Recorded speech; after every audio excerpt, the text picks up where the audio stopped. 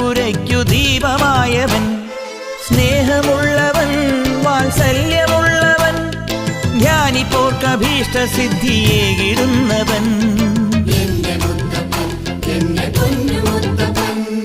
വാഴുന്നോക്കു പുത്രനായി വന്നു ചേർന്നവൻ, പാടിക്കുറ്റിയമ്മയാൾക്കൊരുണ്ണിയായവൻ.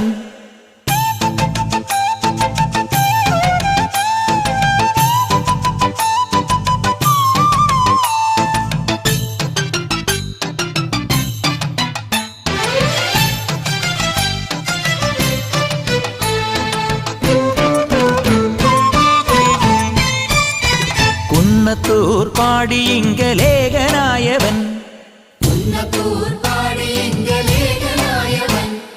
പറശ്ശിനി ശ്രീലകത്ത് തുണയെടുപ്പവൻ,